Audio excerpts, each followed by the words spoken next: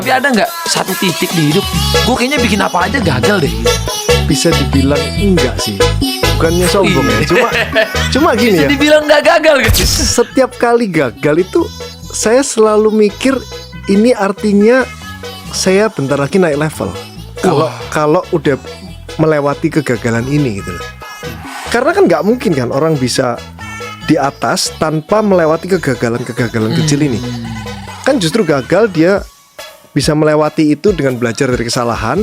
Akhirnya dia naik level 1. Ngerti caranya. Oh misalnya lah, gampang deh. Misalnya saya sama Mas Atta kenalan, terus setelah kenalan ngobrol, lain kali saya kontak Mas Atta lagi nggak dianggap. Oh itu saya gagal.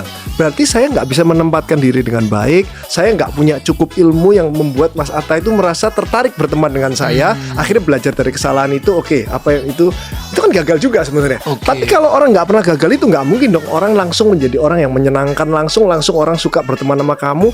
Nggak mungkin. Experience itu pasti ya. Gitu, jadi Itu mindset loh guys, itu mindset banget. Jadi nggak pernah ngerasa gagal karena setiap kegagalan tuh pelajaran gitu. pelajaran ya. Itu mindset banget.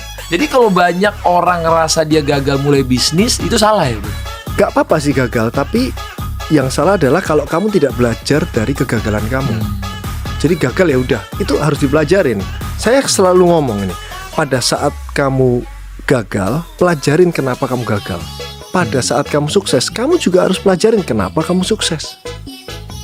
Rata-rata orang bahkan yang sukses dia nggak mempelajari kenapa dia sukses. Terus yang gagal langsung mundur. Berarti aku memang nggak bakat. Masa gitu? Kan lucu berarti aku memang nggak bakat. Aku nggak bakat, itu bukan banyak. bidangku. Iya, Itu iya, tuh iya. paling bahasa paling bahaya ya.